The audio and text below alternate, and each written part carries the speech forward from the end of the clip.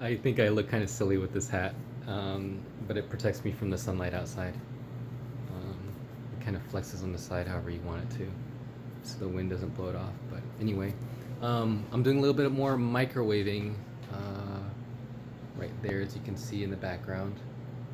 And just wanted to add this video here to let you guys know how much time I put on this paint, which is about a minute. And I add just a little bit of water, enough to kind of cover the thick paint chunks, and kind of mix this in. Now I want to comment a little bit on other products that I've used. Grout, they sell powdered grout. They also sell powdered joint compound to put on your drywall. And I've found in my personal experience that the premix for this type of stuff will not only save you time, but also give you a better product at the end.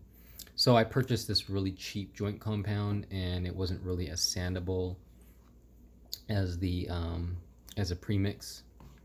And it says when you premix it, you got to add a certain amount of water, and you also got to mix it for like 5 to 15 minutes. And it's like making dough for bread. If you don't mix it the right way, your end product might not work the way that you want it to.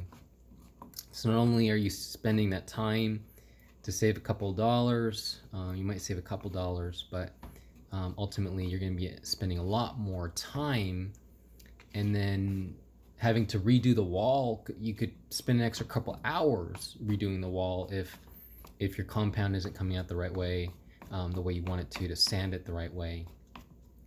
So that's kind of my take, and I am really really cheap on my budget. I've been finding that spending more money on quality material is in the long run going to save me money.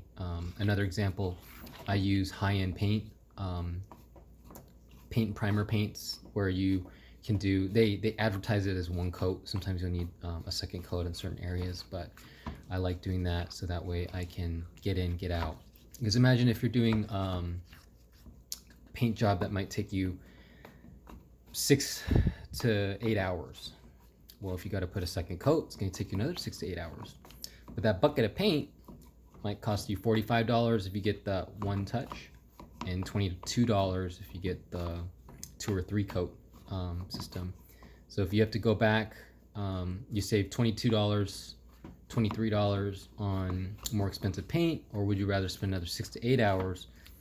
You figure even if you're hiring someone at $20 an hour, that's another $120 to $160. So time is much more valuable. I would say that 80 to 90% of my costs are labor, 10% to 20%, let's say 15% material costs. So keep that in mind.